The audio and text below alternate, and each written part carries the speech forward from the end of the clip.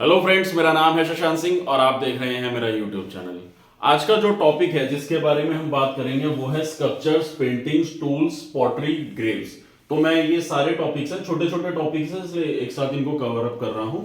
एक बात और बताना चाहूंगा कि आने वाले टाइम में जब आप एंशिएंट हिस्ट्री पढ़ेंगे तो ये सारे टॉपिक्स हर एक चैप्टर में, जैसे आप इंडस वैली सिविलाइजेशन पढ़ेंगे, स्टोन एज पढ़ेंगे, वैदिक पीरियड पढ़ेंगे, तो वहां पे आपको अलग से सोर्सेज भी अवेलेबल होंगे कि कौन से टाइम में किस सोर्सेज से हमें इस टाइम पीरियड के बारे में पता चलता है, और वहां पे डिटेल में ये सारी चीजें अवेलेबल होंगी कि वहां की इकोनॉमिकल लाइफ कैसी है। तो हर एक चीजों को इसमें मेंशन किया जाएगा, तो वो आने वाले टाइम में डिटेल में हम उन चीजों को पढ़ेंगे।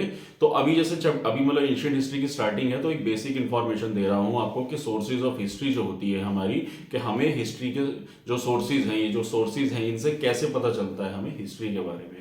तो चलिए शुरुआत करते हैं। तो देखिए, पहला टॉपिक है, पहला आता है हमारा स्कल्पचर्स और पेंटिंग्स। तो स्कल्पचर्स और पेंटिंग्स मतलब स्कल्पचर्स होते हैं बेसिकली जो मूर्तियां हुआ करती थी उस जमाने में, जो मूर्तियां बनाया करती, जैसे भगवान की मूर्ति हो गई या किसी बड़े राजा की मूर्ति बना दी।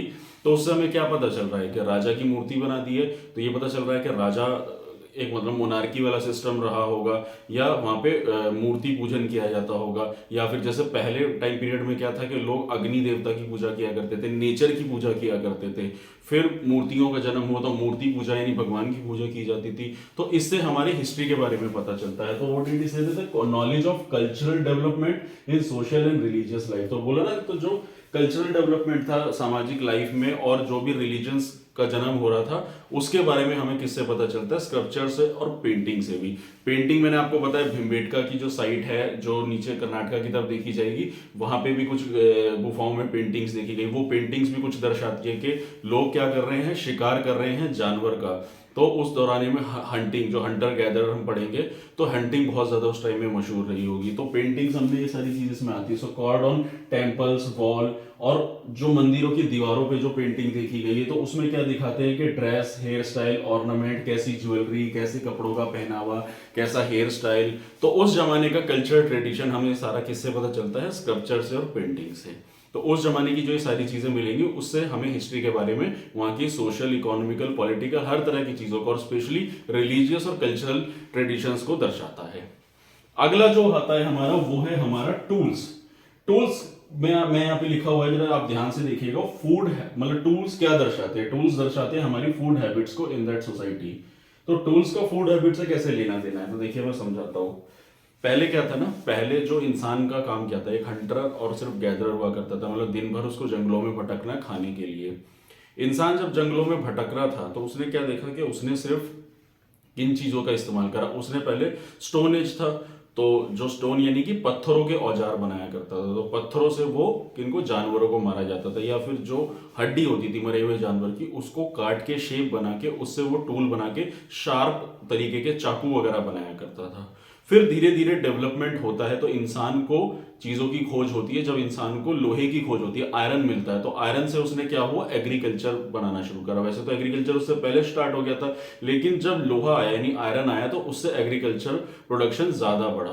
तो टूल से हमें क्या पता चलता है, so basically human have used tool to build and shape our society. तो ये जो पूरी सोसाइटी है उसको जो है टूल्स का एक बहुत बड़ा कंट्रीब्यूशन रहा। And tool help us to reach on the top of food chain and transportation plus agriculture. तो ये मैं समझाता हूँ, tool help to reach on the top of food chain. तो बेसिकली क्या था कि अभी जैसे मैंने आपको बताया ना टूल्स के बारे में, कि जितने ज्यादा लोहे के औजार आए, तो मैं इसको एक पूरा ब्रॉड उसमें समझाता हूँ, ध्यान से समझिएगा। देखिए, वैदिक कल्चर आया था, तो वैदिक और अर्ली वैदिक पीरियड जब आप पढ़ेंगे, ऋग्वेद वगैरह के बारे में आप जब जानेंगे, तो उसी दौरान क्या हुआ था, सिविलाइजेशन जो था वो ज्यादा बड़ा था। तो मैं इसको एक बार थोड़ा सा ना मैप पे बता देता हूँ। जैसे मान लीजिए ये हमारे इंडिया का नक्शा है, ठीक है, और ये हमारा पूरा इंडिया का नक्शा है, इस तरीके से है हमारा इंडिया। मान लीजिए सिविलाइजेशन यहाँ स्टार्ट हुआ था, ये जो हड़प्पन सिविलाइजेशन था।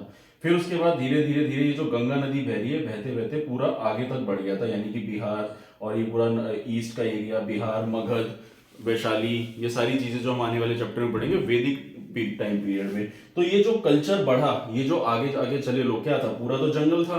तो हुआ क्या था कि जब आयरन की खोज हुई, जब लोहा आया, तो कहते हैं कि आयरन इज सबसे टफ मैटर होता है। तो यानी कि जब आयरन आया सोसाइटी में, तो आयरन आने से क्या हुआ, आराम से जंगल काटने शुरू कर दिए गए। पॉपुलेशन बढ़ रही थी, इंसान को आगे बढ़ना था, लैंड चाहिए था, खाने के लिए रोटी चाहिए थी। तो जब इंसान की पॉपुलेशन बढ़ेगी तो खाना ज़्यादा चाहिए। खाने के लिए क्या है, एग्रीकल्चर है, एग्रीकल्चर इनोवेट हुआ था। लेकिन एग्रीकल्चर की प्रोडक्टिविटी को बढ़ाने के लिए प्लफिंग जो हम करते हैं, जिसमें मैंने लिखा ना एग्रीकल्चर एंड प्लफिंग, तो जो प्लफिंग करने के लिए यानी उसको जो खुदाई की जाती है, जैसे कहते हैं ना हल जोतना पड़ता है खेत को, उसके बाद ही क्या कहते हैं एक अच्छी फसल निकल कर आती है। तो जो लोहा आ गया, तो पहले क्या थे, पहले लकड़ी के औजार थे, पत्थर के औजार थे, फिर लोहे के औजार है। तो लोहा जब से ज्यादा शार्प होता है ना, आराम से चीजों को काट देता है, तो उससे खुदाई अच्छी हुई। दूसरा क्या कहते हैं, जंगल आराम से काटे गए, जंगल कटते गए तो लोग आगे बढ़ते गए। तो आयरन आया तो उससे जंगलों का कटा हुआ और सिविलाइजेशन बहुत आगे तक बढ़ता चला गया। ठीक है, तो इसको कनेक्ट करते चलना। हिस्ट्री में सारी चीजें कनेक्शन के ही बेस पे हैं, एक दूसरी चीज से कनेक्ट है कि आयरन आया, आयरन से जंगल कटने शुरू हो गए, तो सिविलाइजेशन आगे किधर बढ़ा, हमारे गंगा नदी के सारे सारे, क्योंकि गंगा नदी के पास ही तो, क्योंकि नदियों के पास ही तो सिविलाइजेशन था ना, तो गंगा नदी के पास बढ़ते बढ़ते बढ़ते बढ़ते कहां तक पहुंच गया, बिहार, मगध, वैशाली, जो आगे चल के बहुत बड़े एम्पायर बनते हैं। तो इसलिए कहते हैं कि टूल्स जो थे, यानी कि लोहे के जो टूल्स थे, उनका एक बहुत बड़ा कंट्रीब्यूशन था, मतलब उस जमाने के बारे में ये सारी चीजें बताता था। ठीक है, उसके अलावा ट्रांसपोर्टेशन हो गया, एग्रीकल्चर, इन सारी चीजों में इसका इस्तेमाल हुआ, लोहा बना। जैसे एग्रीकल्चर देखेंगे तो व्हील पोट्री आया, तो उसमें वो जो बनाया जाता था मिट्टी के बर्तन, उससे व्हील का इनोवेशन होता है। जैसे इंसान ने पहले फायर का, फिर एग्रीकल्चर का, फिर व्हील का इनोवेशन किया।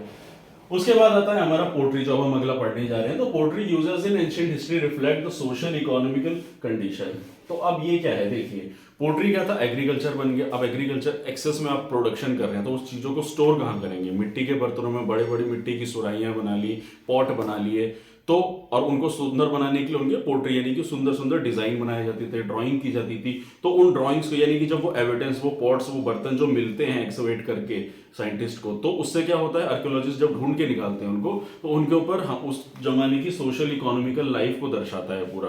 तो उससे हमें पता चलता है हमारी हिस्ट्री के बारे में। साथ ही साथ ये भी पता चलता है कि उस जमाने में किस तरीके से जो ग्रेन्स थे, यानी कि जो एग्रीकल्चर प्रोडक्शन हुआ, उससे उन चीजों को किस तरह से स्टोर करके रखा जाता था। तो वो हमें पोट्री से पता चलता है। And at the same time of agriculture, मतलब एग्रीकल्चर और पोट्री दोनों का जो इनोवेशन हुआ था ऑलमोस्ट साथ में ही हुआ था कोइंसिडेंटली, और इसकी वजह से वो एक दूसरे से इंटरलिंक्ड थे।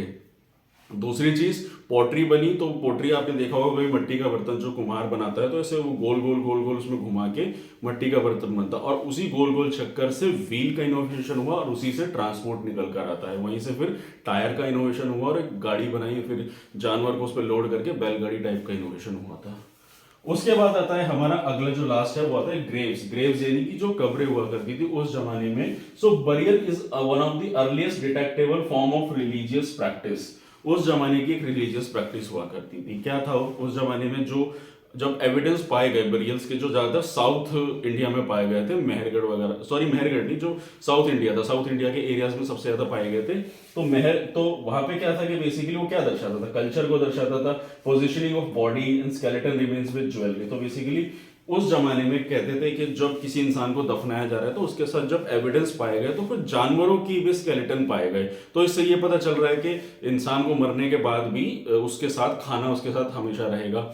उसके साथ ज्वेलरी पाई गई, तो कहते हैं कि एविडेंस मिले तो साथ में ज्वेलरी मिली उसकी स्केलेटन के साथ। तो ये पता है कि ये उस तरह जमाने की एक प्रथा रही होगी कि उसको रिस्पेक्टफुली विदा किया जाता था।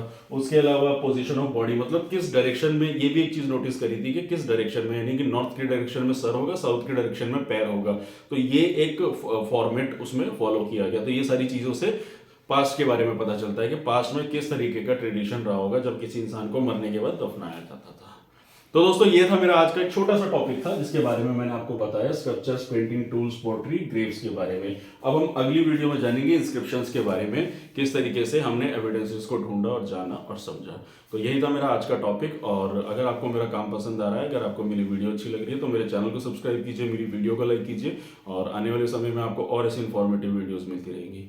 तो आज के लिए इतना ही, मिलते हैं नेक्स्ट वीडियो में। Thank you very much.